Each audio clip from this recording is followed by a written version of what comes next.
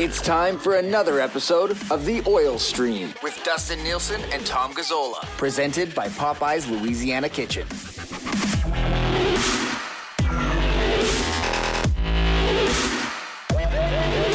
All right, it is 12:01 on a Friday, and we are running hot with the Oil Stream from the Popeyes Louisiana Kitchen studio.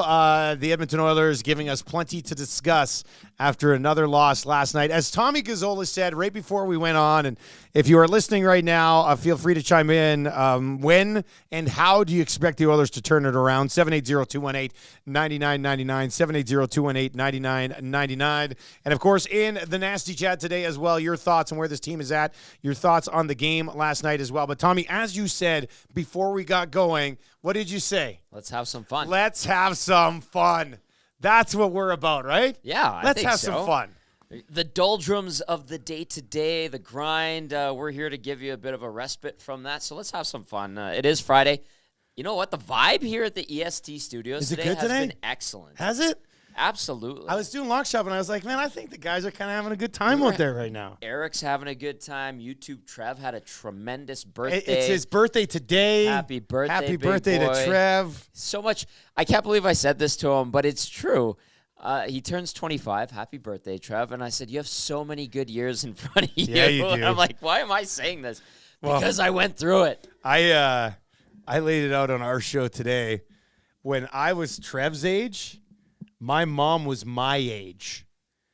So imagine me with Trev as my son. Do you know how much fun we would have? That'd be incredible. Well, you're kind of like his father figure because his dad, Frank, shout out to Frank, great guy.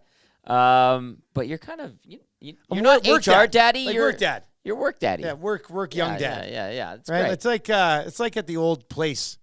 Like Jamo was always like my work dad. Yeah, him for and Ty. sure. Like Jamo pretty much kept me alive there for a little while, right? So yeah, it's funny you bring that up because I remember times where our work daddy Jamo would it was like we were the younger brothers, all amongst ourselves. And I remember we were talking about your hockey equipment one time, and Jamo was so mad at you for how you maintained your hockey gear.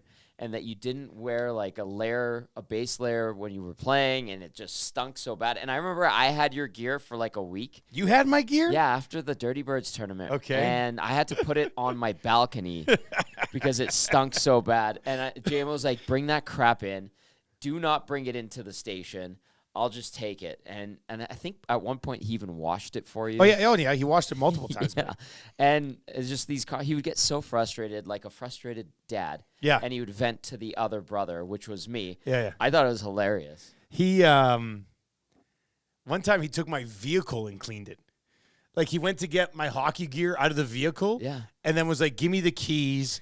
I'm going to clean your car.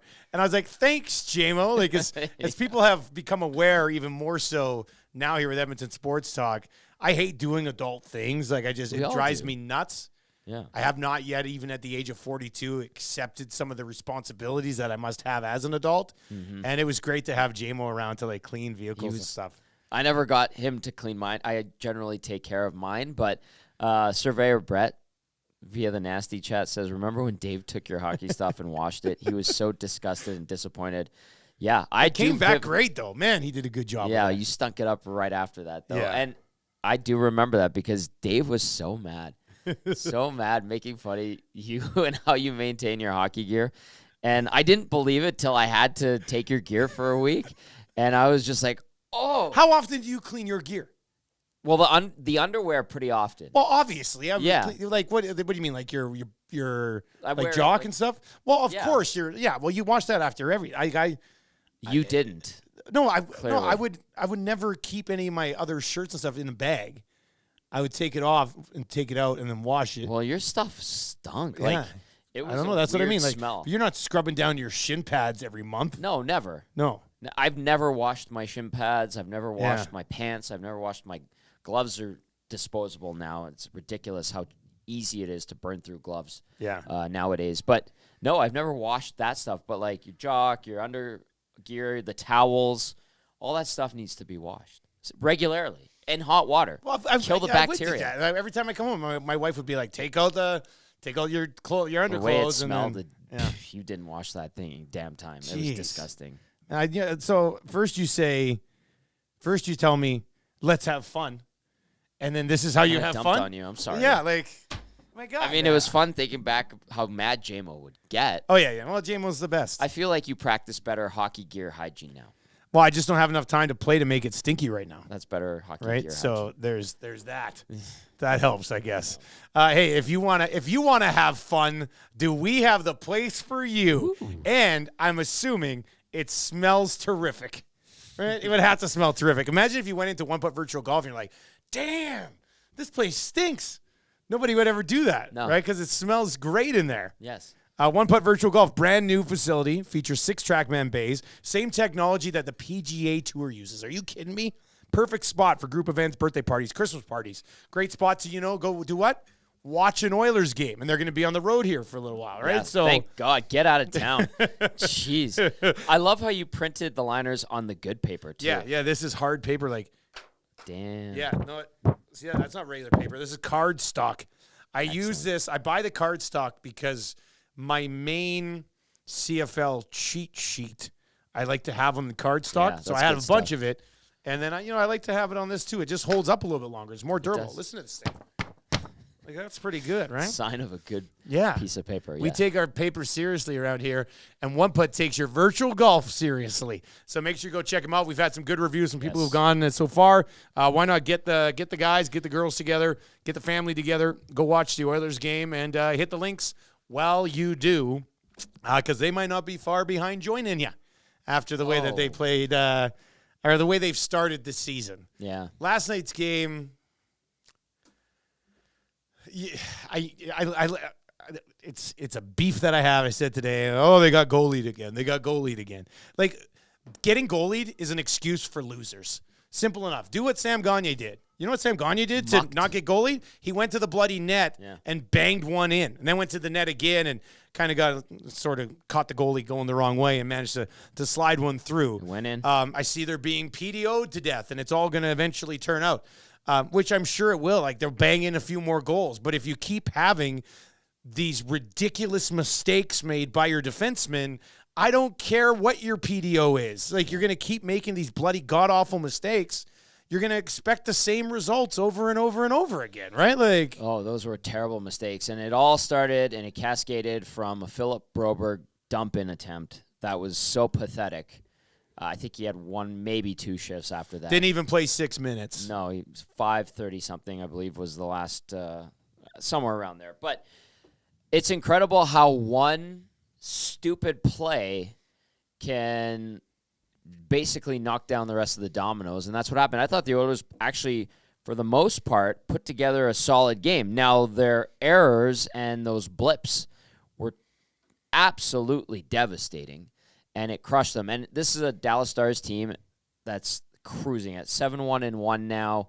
I know they had played 3 and 4 last night. Was the third game in 4 nights, and then they had played the night before in Calgary. Also got peppered with 47 shots on Jake Ottinger as well. But you could see the Stars wearing out in the third period, and the Oilers were pouring it on, and they were playing simple hockey, and they were getting pucks to the net, and they were getting opportunities. But the fact that they put themselves into that situation is so disappointing.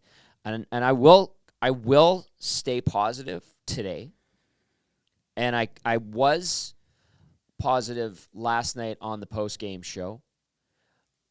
But if by tomorrow at 4:30 p.m., 3:30 p.m., whenever that game ends, we're talking about an Oilers loss, throw it out the window. I'm off the bandwagon.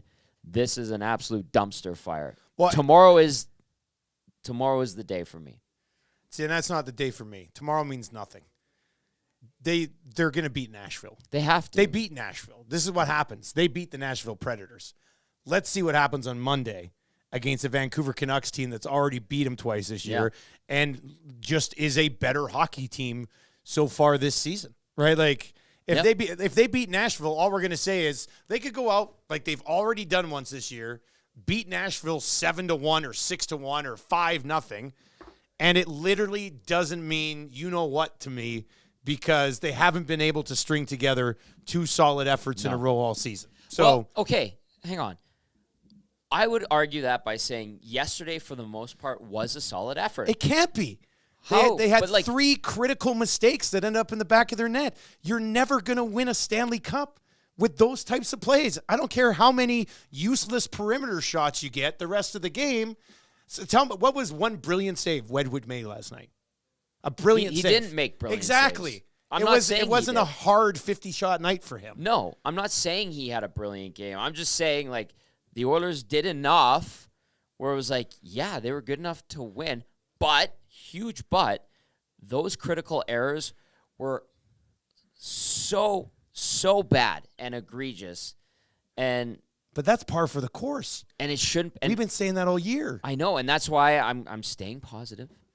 I say if they get by tomorrow, then you go into this game against Vancouver in Vancouver. You play pissed off because they embarrassed you twice, and you get a win there. Okay, that's a good start. You get the Nashville win. Maybe you beat Vancouver. You get San Jose coming up. Then you destroy San Jose. You don't even give them a sniff. You do what the Canucks did to them yesterday. Yeah, they should score 10 goals. I don't care if they don't score 10 goals. Just beat San Jose, beat them early, and have an easy night. And then you set up a very important game against Seattle where it could be, you're talking about being 500. And then if, and that's a big if right now, they're at that point, it's a different story for the rest of the year. Now, if they falter tomorrow, if they falter on Monday, if they somehow screw up Thursday in San Jose, it's all for naught. I don't know how you can expect them to go tomorrow. on like a nice little 4-game run here. I think they can. Okay, but we also... I'm staying, positivity is the theme right now. And they had a cupcake schedule to start it is the a season. cupcake. I love that It description. has been... You could not ask for a better schedule to start the year if you're the Edmonton Oilers, and you've come out 2-6-1. Yeah. Like, their schedule is not going to get easier at different parts of the year. They're going to actually have to play good hockey teams at some point. With the exception of the Rangers and the Stars, they haven't played really anybody. I guess Vancouver would be somebody now. Sure. But, there's something off. Jay Woodcroft doesn't look like he has a single answer. No, he doesn't. He looks disheveled. He's mad. He's searching for answers, and you can But clearly last tell. night, he didn't even really seem mad, though. He's just disappointed. Like, he just kind of, it was just, I don't know. It just,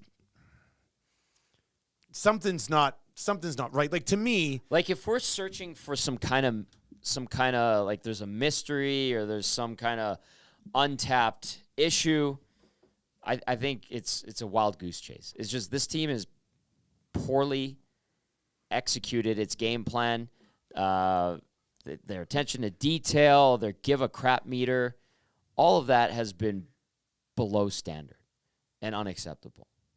That's what's led to this, I think. Yes, they're shorthanded roster-wise. That is completely on the executives. Well, and that's not changing. It's not going to change. People texting in last night were saying, hey, what about this trade? Hey, what about firing the GM? Hey, what about firing the coach? You were chiming in on the nasty.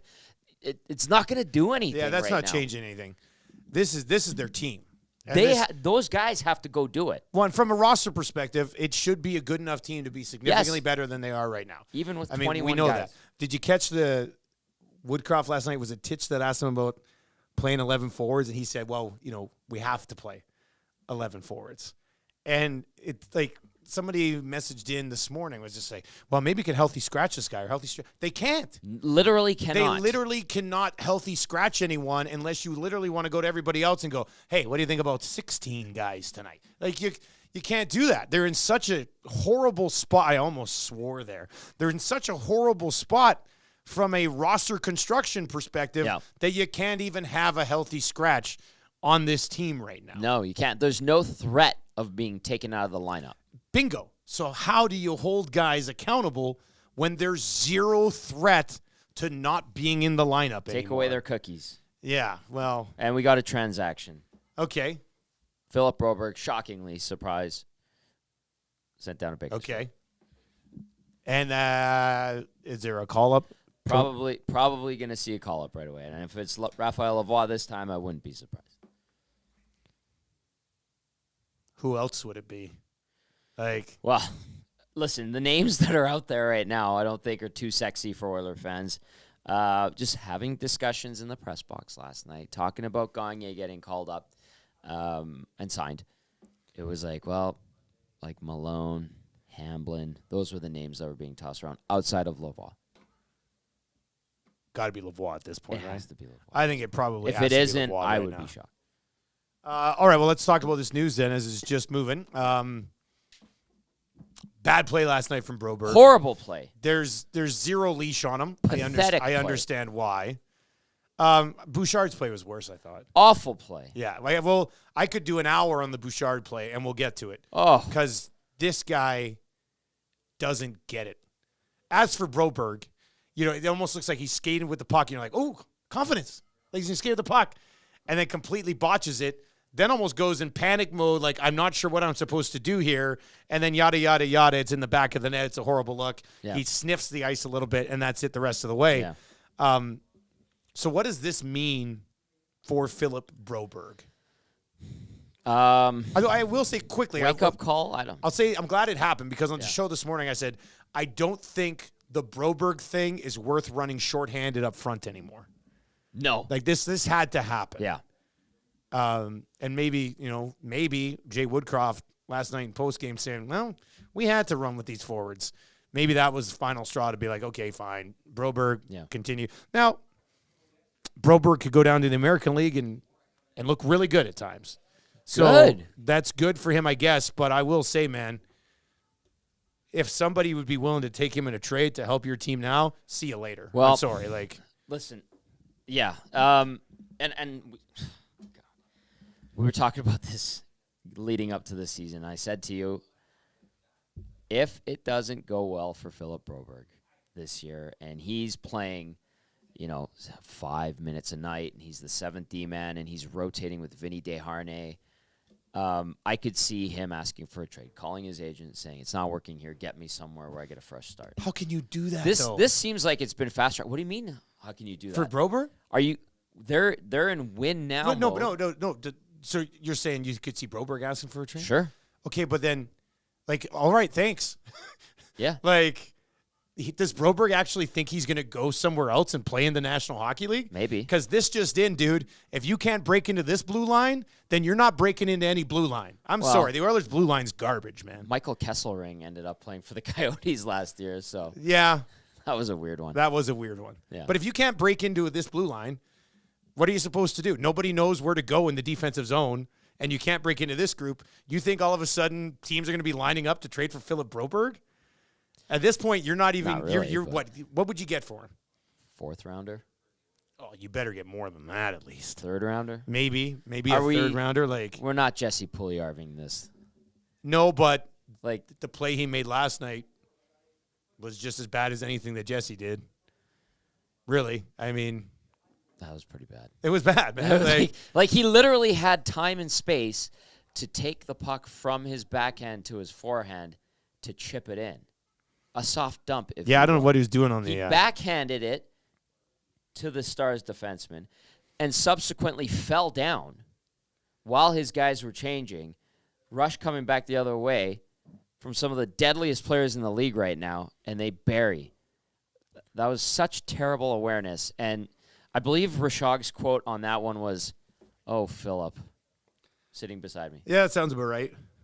Oh, Philip. That was an "Oh, Philip," and I'm like, "What the hell just happened there? Yeah, that was tough. Did he fall down You could tell on when his he went own?" back to the bench, sat down. You're like, okay, the He's got no confidence level's confidence. not good None. here on this guy right now. Yeah. So, I guess he'd be in the American League until somebody gets hurt, and somebody will miss some time on the blue line this year, and he'll get another crack at it, and see if he can do a little bit more with that opportunity right now. But I don't know. I don't know where he fits into the plans moving forward. That's why I could see, But we'll see. a move at some point, like a trade. Yeah, I feel like to request the trade, you have to feel like you're being blocked. And he's not being blocked because he hasn't earned a job from any of these guys anyway. You know what I mean? Guys get frustrated and they want a fresh start. And they know, first round pedigree, all that. That's part of the mentality of some of these guys. And yeah, they could ask for a move. I mean, it's officially safe to say the Oilers completely blew that draft pick. There's no two ways about it. It's not working, man. It's not a good look on that front. So we would assume it would be Raphael Lavoie, but we don't know just yet. We'll wait till we get word. As far as the game goes last night, to me, like Sam Gagner, at the age of 34, coming off double hip surgery, had more drive to the net in game last night than any Oilers forward has in any game so far this season. There was more of a net presence for them offensively last night than there had been in the first 8 games. And I'm not taking anything away from Sam. That's kind of who he's always been. But it is a horrible look for the rest of that team that 34-year-old Sam Gagner comes in and works harder than all of you. There's a lesson there. Like, that's a wake-up call. There's a wake-up call. Does it rub off? I don't know. I hope to God it does. If it doesn't, whatever will. He is a guy that does have clout in that locker room and guys look up to, and elder states. I can't believe I'm talking about Sam Gagner as an elder statesman. That's how old everybody's getting. But he honestly led by example last night. Part of it, adrenaline. Those are mucky, nasty goals that he scored yesterday. And it takes determination, grit, and heart to get those. And guess what? They cross the line too, and they count just the same as the pretty ones. I hope that rubs off on some of those guys. I admire the fact that he did that last night. Is it telling how poorly the team is playing overall that a guy who's 34, coming off double hip surgery, has barely stayed in the league the last couple of years, was their best guy and their best spark plug? Yeah. That's a dose of cold water right there for the rest of that forward group. Good for Sam Gagner. Hopefully the other guys wake the hell up. Yeah, we'll see if it does. Where do you put Gagner in this lineup moving I think forward? he's forced himself into the top 9, especially with Connor Brown being at least hurt. in the top 9. Yeah, we'll talk about Connor Brown in a second. But yeah, they had him with Kane and Nuge. I guess it comes down to McDavid and Draisaitl. Just split them now? Yeah. It's weird to split them because they're not producing as opposed to other players aren't producing, right? And Draisaitl last night seemed off. McDavid, I think it's pretty clear to say he's not healthy, obviously. And maybe they're trying to help McDavid by having Draisaitl with him. I understand that rationale. So I don't know.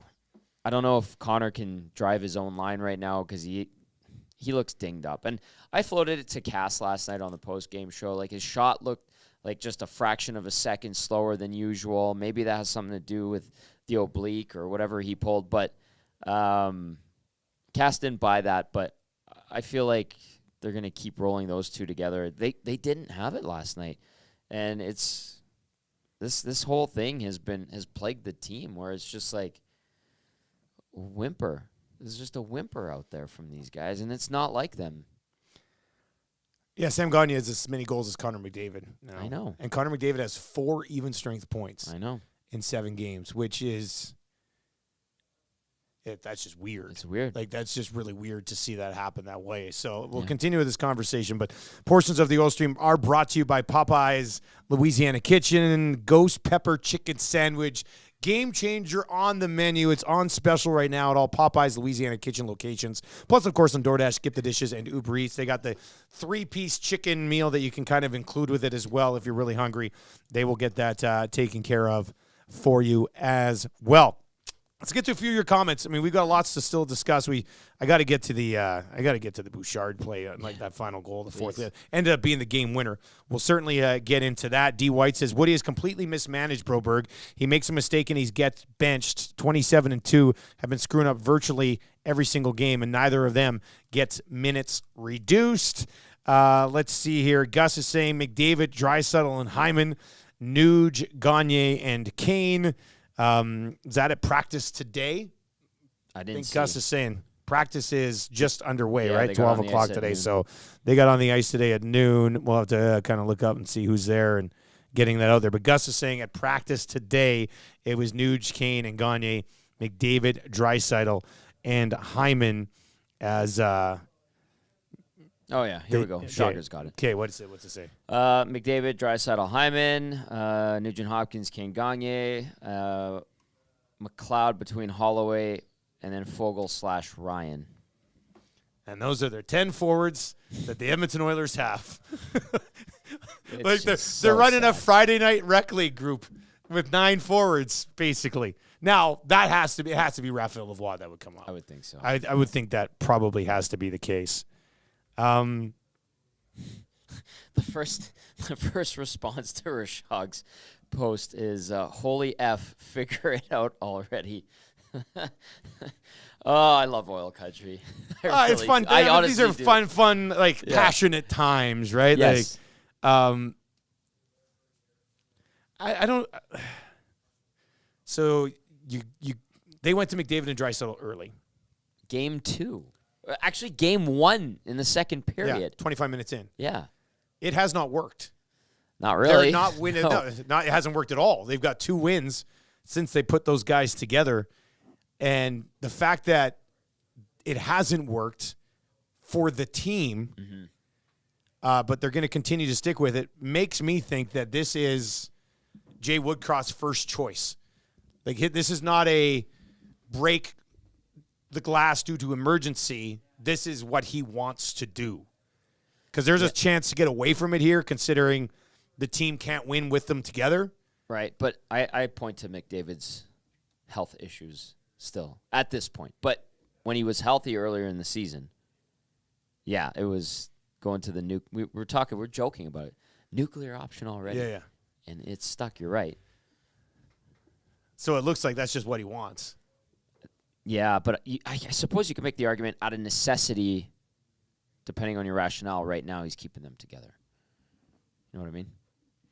780-218-9999, 780-218-9999. Guys, it's getting to the point where we're going to compare Connor and Leon to Trout and Ohtani and LeBron and Davis as pairs who could not win. I know I appreciate the text, but LeBron and Davis did win. Yeah. So they delivered a championship.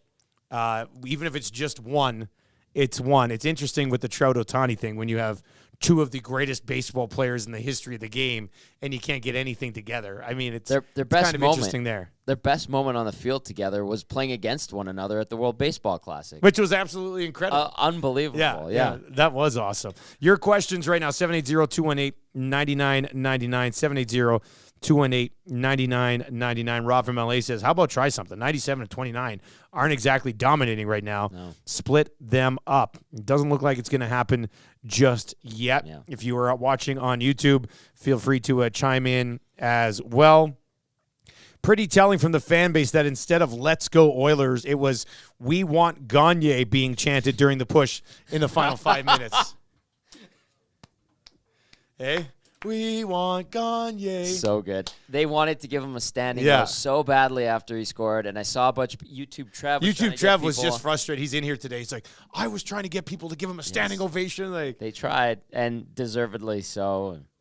Good for Sam, man, but well played, Oil Country. I would have put Gagne out there in that last minute and a half. Woodcroft said after the game that he was going to be the next guy up. I believe him, but like, get him out there. Like, what did Hyman need to be out there? I would have even put with the way that Gagne played in the third period. He should have been the first guy over the boards. I would have had him out there instead of Nugent Hopkins. Like, first guy over the boards. Go. Him and Kane were the motors last night. Those 2, let them do it because they were going.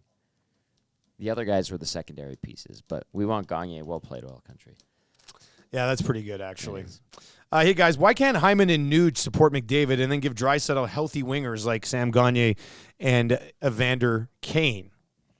I mean, that's something that you could do, but they've decided to stick with this for now. And this is just off the top of my head, but have you noticed that, like, Draisaitl and Kane doesn't really mesh? I think that's a fair statement. It hasn't really worked whenever it's been a thing. Why not, do you think? I don't know. Too similar in style? That would be the first thing off the top of my head. Big bodies. They want to have the puck on their stick. Don't read each other well. It seems like every time Draisaitl's with Kane, nothing really. Well, then you could just go Kane, McDavid, Hyman. Nuge, Draisaitl, and Gagner. Yeah, I thought Nugent Really? Hopkins and Kane together were pretty good yesterday, to be honest with you. Yeah, and Woodcroft must have as well because that's what he's leaving He's together, sticking with right? it He's here, sticking yeah. with Gagner up there, and then McDavid and Draisaitl. And McDavid and Draisaitl, maybe it's that Nashville thing. Let him go cook the Preds again, and then see how it do goes. it. If for some reason they lose to Nashville tomorrow, your post-game show is going to be absolutely incredible. Pray for Tommy. Like that'll be insane. Absolutely insane. We got lots to still get to from this Yes. game last night, but if you have any questions, please hit us up 780-218-9999 and into the nasty chat over on YouTube as well. If you're looking for a place to watch the game tomorrow afternoon, Boston Pizza can get it done for you. They got great specials at Boston Pizza during the games. We're talking $5 off medium pizzas, $1 off tankers of Canadian Coors Light, and $5.50 shots of Fireball, Jaeger, Burt Reynolds, Purple Rain, and Honey Jack. And I will say that if they fall behind against the Nashville Predators, you might want to take down a few shots of Jaeger and Fireball just to get the rest of your day going with no pain. Oh, boy. That might be the best thing to do it. Oh, boy. And that new pizza is on the way New pizza as was well. good. It's, I think, is it out now? It I should think be. it was November 1st, Yeah. what Tara told me. Deep dish. I'll check the, it's like kind of deep dish style. Yep. But not like crazy, like Chicago. No. That weird, you've had that. Not the layer. Yeah. It is a it's like a deeper lasagna dish. almost. Like, Yeah, and it's kind of a pan shape to it, and they have like an Italian one. They have the meat lover, and then I believe there's something with a bit of a Hawaiian flavor twist to it with some pineapple, which if you're like me and you're normal and you don't put pineapple on pizza. Yeah, me neither. I don't put anything on pizza except meat and cheese. For those That's listening to delicious. the audio stream, I just did the funny look to the camera. Oh, did you? Oh, and I missed it. I was looking down. Do it again. You don't put pineapple on pizza. Oh, that was a funny look. Yeah, Tommy. thank you. All right, so watch the game at Boston Pizza. They've got you covered. What time does your pregame get going tomorrow? Tomorrow we're going to go at noon. So Hello Hockey goes 10 to noon. That's right. Yeah. Regularly scheduled program. And then we're going to transition right into the Oil Stream pregame show. So Belzy and I, we have a loaded show tomorrow. He's going to be on location. I believe he's going to be at the new Silent Ice Arena. And then nice. I'm going to be at the home satellite studio. Okay. And then so at noon, we will transition to the pregame show. Castle stop by. Hopefully he's feeling better. And then I'll just scoot over to the rink. Excellent. There we go. That is live weekend Oilers and hockey content here and only here in the city at EdmontonSportsTalk.com. If you're listening to the podcast at a later date and you're not yet aware that we are live on TuneIn as well, make sure you download that the free TuneIn app, and you can listen to us and hopefully some more different platforms where you can consume the content in the near future as well. Put it up and put it on all these platforms. So on all the How platforms. you take it in is totally up to you. You can watch, you can listen, you can listen on the web player. Either way, we get the analytical numbers, and we can see that thousands and thousands and thousands of people are consuming the content. So that's nice. Thank you for listening and watching. And tune in, by the way, is free. Yeah, it is There's free. People that are There have been about some that. people who, like, when you first download TuneIn and open it up, it'll be like, sign up for premium. You can just click the X, and it's free. You'll do like a 30-second pre-roll, and it's Like Spotify. It's no big deal. Let's see here. We'll get to a few more of your messages. We do have to discuss. Well, this text will kind of lead into it. Thank you very much for the text. You can put your name on it if you want. Boys, our D is atrocious. They were directly responsible for 3 goals yesterday. This can't continue to happen if they hope to have a winning season. I was at the game last night. Gags was the hardest working player out there, and he didn't put by far, but I'll tag it by far at the end. I thought he was excellent. And this is the thing. Like, if they want to be a Stanley Cup champion, like many of us thought they would be at the beginning of the year, their bounces are going to come. The PDO is going to go up. Their goals are going to come. The power play has been stagnant for, 3 games now? Yeah. That's going to get back around. It doesn't look like it'll be where it was last year, which was in, like, its own stratosphere in the history of power plays. But the power play is going to come back and be a main driver for them. Mm-hmm. But that's not going to change the mistakes that the defensemen continue to make. And that's what's going to end up sewering them in the end, unless they can somehow get more out of this group of blue liners. And, I mean, just yesterday alone, CC, brutal decision. Yeah. Bad Broberg, read. horrible puck management. Yep. Evan Bouchard, what the hell are you doing? I hope the coaching staff sat down with him and said, what the hell are you doing? Because, like, at some point, the dude's going to need some tough love. Maybe it'll get him fired up a little bit. Like, since his disastrous game against Minnesota, he's played relatively well. Yeah. But then last night, and we can break down that. Everybody knows the goal we're talking about. It's a 3-on-2. McDavid's on his horse on the back check for a moment.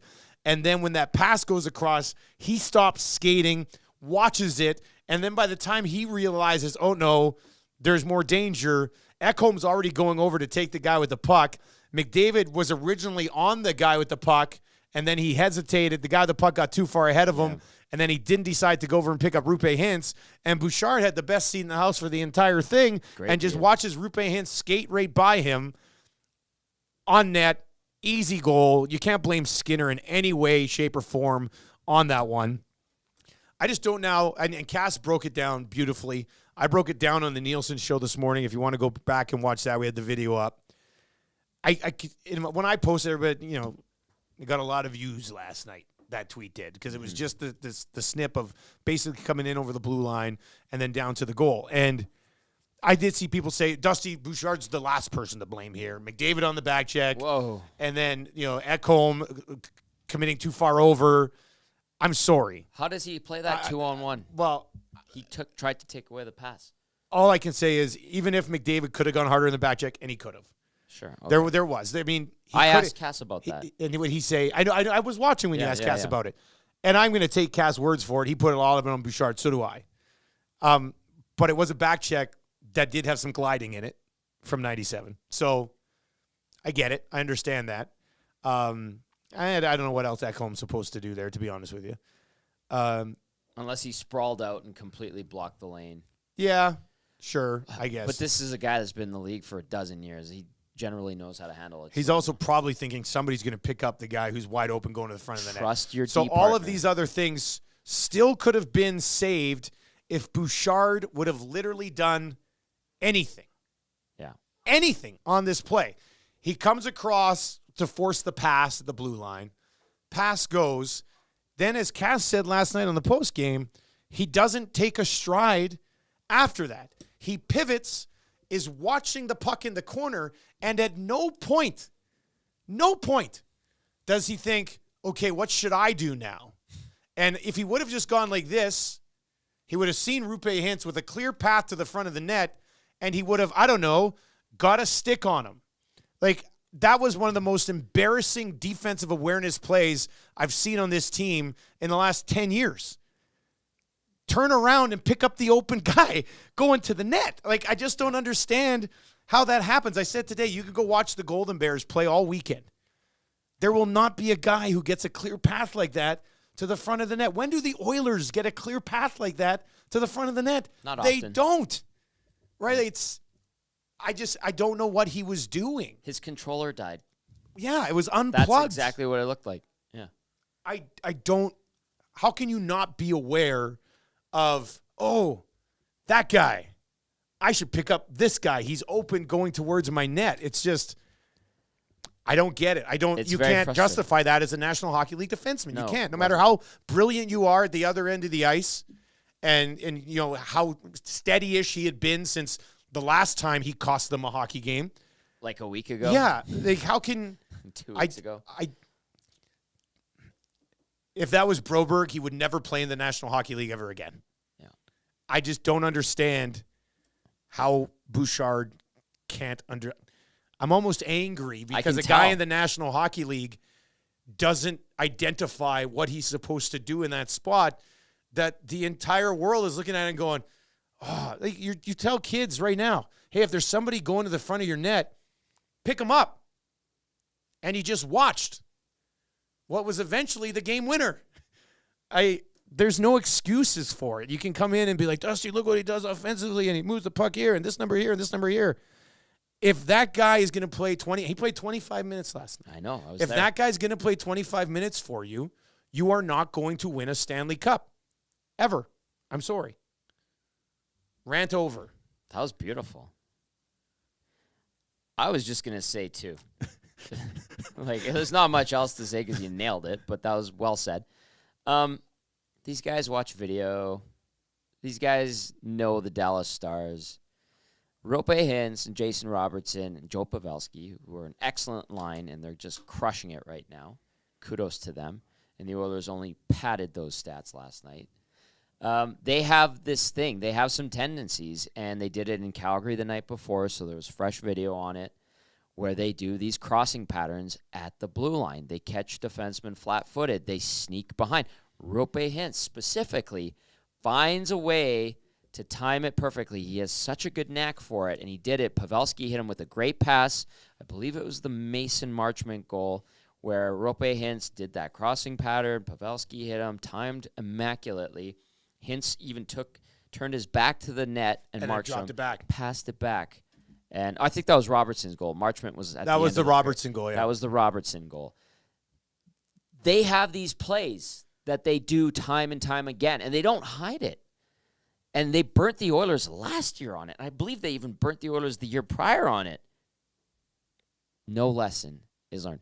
I wouldn't even be surprised if we went back and watched those Rope Hintz goals or the Dallas Stars goals from last year and the year prior if it was Evan Bouchard who got burnt. Matter of fact, as I recollected, it was in Dallas, and I'm pretty sure it was Evan Bouchard. Yeah. I personally, being a hot-headed, stubborn Italian person and Polish, would be like, I am never effing letting that guy do that to me again. Not everybody's built the same. But it was almost telegraphed that they're going to do that. And he did it. And Bouchard didn't even take a stride. There were many other mistakes made. I know we're dumping on Bouchard. You got it out of your system. I got it out of my system. Yeah, like you're not dumping on him. Like, dumping on him is if we were unfairly criticizing a guy. That in no way is unfairly criticizing a guy. Like, it's just not. It's a pretty basic play where, like, not even like a half-ass kind of like turn your stick over and try to tie up his stick. It was just like, oh, nice goal. Nice goal. Great finish, man. Wow. I said this morning, if Mike Smith was in net, he would have had Bouchard in a headlock, giving him a noogie after watching that play develop. Like, it's just, it's very, very bizarre how a defenseman doesn't have that type of defensive awareness that you would know what to do if things start to break down in a 3-on-2 situation. Excellent use of noogie. Yeah, well, that'd be a full-blown Mike Smith noogie. Like, it just, can you believe shots. the words that he would have said to Bouchard? Not fit for air. The looks that Mike Smith would have been dishing out last night probably would have sent Bouchard to the LTIR. There would have been crying. Yeah. There would have been crying. Maybe there needs to be a bit of crying. Like, it's not great. I can't believe Philip Broberg fell down after trying to dump the puck in on his backhand, too, by the way. Yeah, he fell down. That's a little tough. Then, and as Schauger put it last night in the press box, oh, Philip. Yeah. Oh, Philip. He's just like, oh, Philip. Dusty, when was the last noogie you gave to someone? I gave my son a noogie 2 days ago, I think. Nice. Yeah, they're not hard noogies. They're just like friendly daddy noogies. Yeah. Basically. I feel like Smith's would have been a hard noogie. Yeah. On Bouchard. Yeah, it would have been more at that point. It would have been painful. Guys, why is McDavid playing if he's a little banged up? They literally don't have anybody else. That's sad. I mean, it's an easy answer, but Tommy's probably right. They literally don't have anybody else, and Connor McDavid at 65% is better than pretty much the rest of the team at 100%. But I get you. I know what you're saying, and I'm with you. I shouldn't be having this much fun right now, but I'm enjoying this. Bob's your uncle says, Bouchard negative bias here, fellas, piling on now. Oh, I said prior to that play that since the last game he blew for them against Minnesota, he'd actually played relatively well. It's just hit the post. If you could just eliminate these like pauses almost in his game defensively, you know, it's fair criticism. We don't need to sit here and try to protect a team or a player. There are other folks who will do that. Yeah. He deserves the criticism that he got last night. I think I even apologized for piling on. Well, that's just because we're friendly dudes in general. But, yeah. So how do they get out of this? Win tomorrow. Yeah, but that's not enough. You know, we can only do one thing at a time here, and that's win tomorrow. This is my theory on this. Please, by any means, let us know your thoughts. 780-218-9999 or via the nasty chat. Put on the blinders, okay? Put on the blinders. Do not look at where the Golden Knights are. Do not look where the Vancouver Canucks are. Be embarrassed. Be pissed off. It's you against the world. Your back's against the wall. You have totally created this situation yourself. Absolutely. Put on the blinders one day at a time. Go beat Nashville. Feel good about it tomorrow for about 10 minutes. Have a beer or two. Whatever you want. Focus for Sunday. Hit the road. Go and remember how you were embarrassed by Vancouver twice already this year. And I will say, even though that game where they lost to the Canucks by a goal on the home opener, I would still say that the Canucks went in and they embarrassed you because you should have won one of those games. You got embarrassed in the season opener. They spoiled the party in the home opener. Get a little payback. Be pissed off. Balls to the wall, guts, glory, all that good stuff. Then have a night in San Jose. Just absolutely destroy the Sharks. Take it from them in the first 5 minutes the way the Canucks did it yesterday and cruise through the last 40, okay? That sets up a big Saturday in Seattle against the Kraken where it's a true test. It's so myopic, I understand, but I think they're at the point where they have to be that way. Yeah. I totally get it. It's blinders, it's orange and blue glasses. I told everybody at the start of the show, this is my last part where I'm staying positive because if it goes sideways tomorrow, that's it. Tommy's hopping off. Oh, boy. Tommy's hopping off. Sideways tomorrow, I'm giving these guys the benefit of the doubt. Yeah, which they don't really deserve. They do not deserve the benefit of it. I'm giving it to them, okay? What a nice guy. Tommy Gazzola, everybody. If that goes sideways tomorrow, I'm jumping off. I'm shredding them on the postgame show. Now, if they win, I don't care how they win. I don't care if it's an OT or a shootout. But if they win, I extend the positivity one more game. Okay? Myopic, blinders, all that stuff. I fully acknowledge that. But I think that the team has to be that way too. Speaking of tomorrow, just quickly, because I'm looking at that Cool Bet logo on the screen right now, we do have a play for the Oilers game already up. We've got a Golden Bears -2.5 and the Oilers in regulation against the Nashville Predators, and that is posted on the exclusives page over at Cool Bet right now. So you can get in on that early. You can bet on the Oilers game today if you want to get it. I have a feeling people are going to like it, and they're probably going to hammer it. So you want to get on it now before that number moves. Golden Bears -2.5, Oilers in regulation. We can get to that. Ryan Rashog, you see this tweet from Rashog in practice? What did he say? Skinner just smashed his stick on the goalpost in frustration and left the ice. Main practice appears to be over, but there are still some drills happening. So, I mean, I don't want to read that too much. What could have happened here is somebody could have, hit him fired a shot and kind of hit him in the neck or hit him in a soft spot, and he got pissed, and that's probably what it was. Because what else would fire you up so much in practice that you're smashing your stick, and especially with Skinner? Pretty easy going. I would assume he probably took a shot high or something like that. So, I don't know. But here, I mean, people will have him requesting a trade before 1 o'clock today. You know what I mean? That's not going to be happening. But it'll be Jack Campbell on Saturday for sure. I think so. And then if Campbell plays well, it's Campbell against Vancouver on Monday. I would think. Win maybe. Yep. I think play well. He'll probably get that net again. I would think. How's the nasty chat today? It's interesting. I keep looking over, and it's just like, bam, bam, bam, bam. I think this is an interesting one. Bob's your uncle again says, what if Bush is doing what his coach asks? We have to use Woodcroft's actions or lack of remedial action as a barometer. Now it looks to me like Bush is just following orders. Bob's your uncle. Thank you for being here. Tell your friends about Edmonton Sports Talk. Tell your friends about the Oil Stream. But if Jay Woodcroft is telling Bouchard to stand there and do nothing and allow Roope Hintz to skate right by him to score a goal, then the entire organization is damned forever. Like, I'm sorry, there's just no way that Jay Woodcroft could have told Bouchard. Like, so what you're saying is after the game, Woodcroft comes up to Bouchard and goes, "Hey, man, that's exactly what we've been thinking. Good posts. That's exactly what we want. That's exactly what we want from you." I don't see it being that way.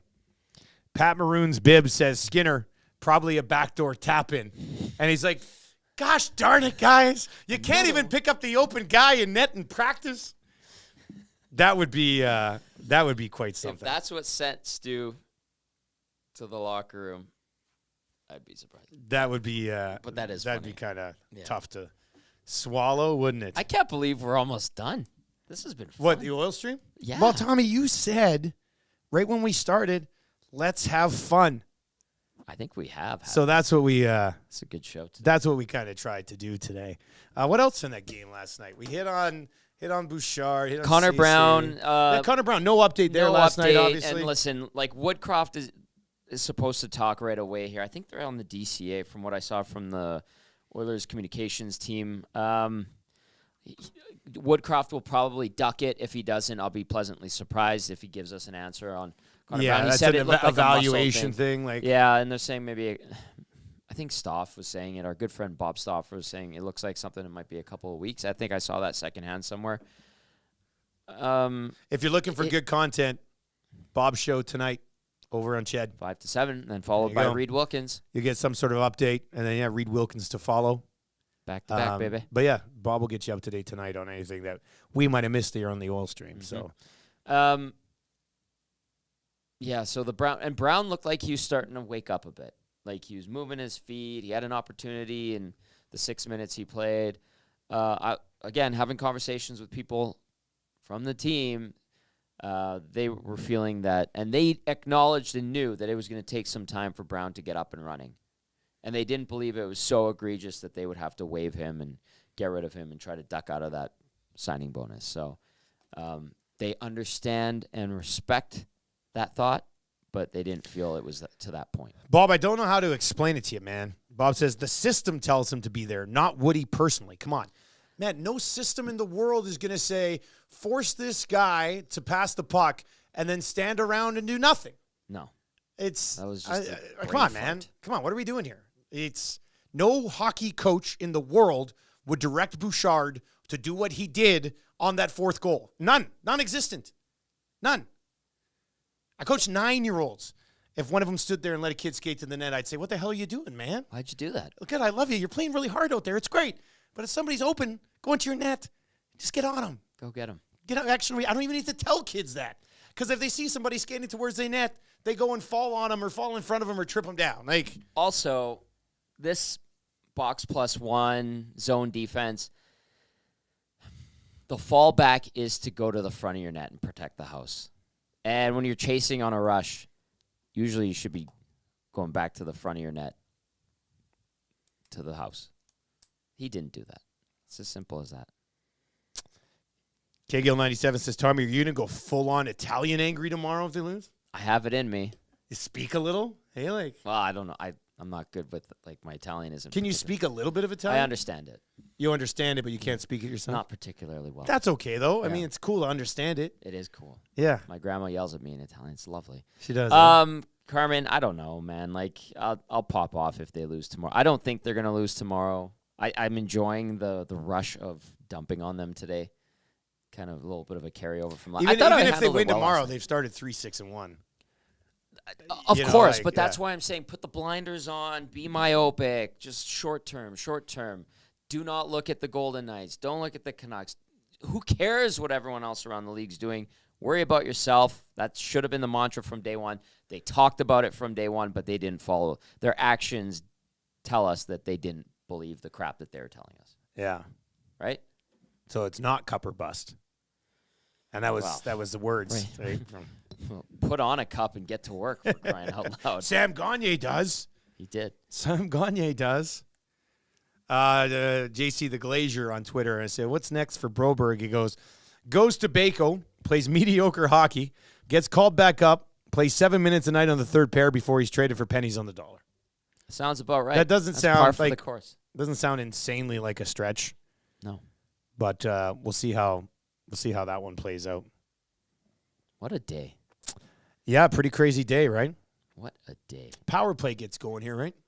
You know what? At some point. Like, the power play could win them the next 4 games. Like, just from what we've seen from the power play in the past. Yeah. Really quickly on the power play, because I know we're running out of time, but they had all these nice set plays that they ran the last couple of years, and I know teams prepare for them, and I know teams defend them and know how to pick up tendencies and read when a certain play is going to happen. They've tried to incorporate some wrinkles and different looks to throw off opposition penalty kills. They're not working. They also look off great shooting lanes. So maybe stop that. Get pucks on that. I know they had high volume yesterday, but on the power play, it looked discombobulated again. It looked like they were looking for the cute plays. Simplify, do a Sam Gagner, muck the net, and maybe one goes in off your butt.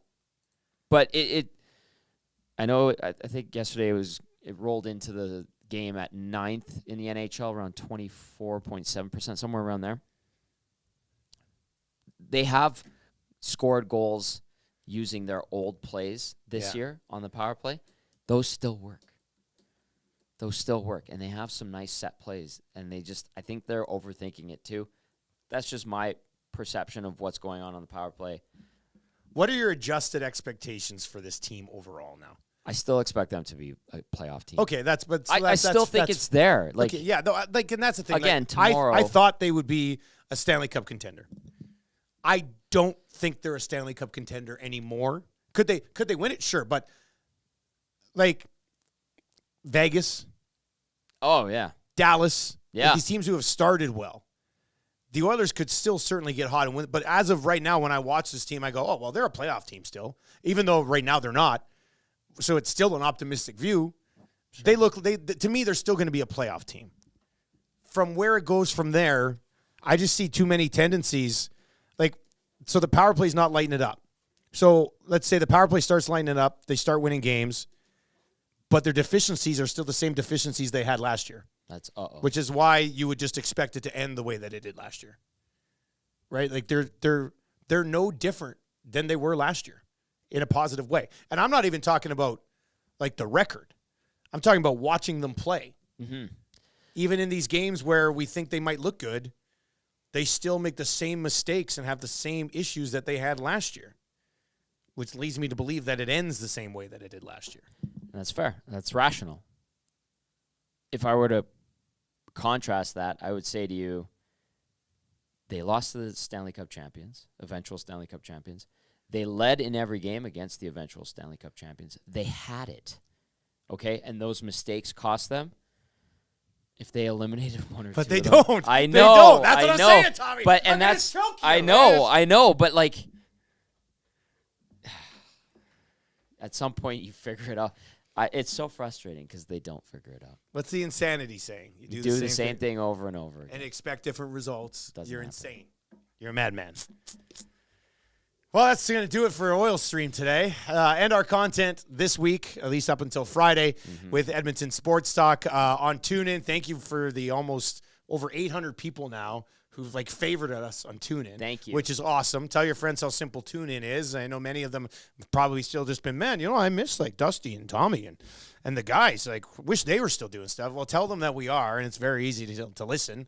Static free every single day right here at Edmonton Sports Talk. Hello Hockey tomorrow, 10 o'clock. That'll lead into the pregame show, postgame show for you tomorrow as well, as we have you covered on the Edmonton Oilers front with Tommy Gazzola. Huge shout-out to Popeyes, Boston Pizza, Cool Bet, and One Putt Virtual Golf. If you want to book an event, go check them out. Have a good time there for hopping on board, presenting and supporting the Oil Stream. Tommy, you have a great working weekend, I guess, and I'll see you on Monday, my man. Get us out of here. All right. Like I said, if they lose tomorrow, I'm jumping off that bandwagon.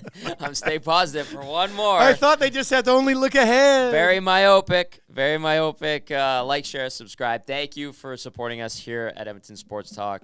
Smash that thumbs up button if you're watching on YouTube. Great week. Dusty, have a great call this weekend. Yeah, that's right. CFL and TSN. And from all of us here, we'll see you tomorrow. Bye-bye.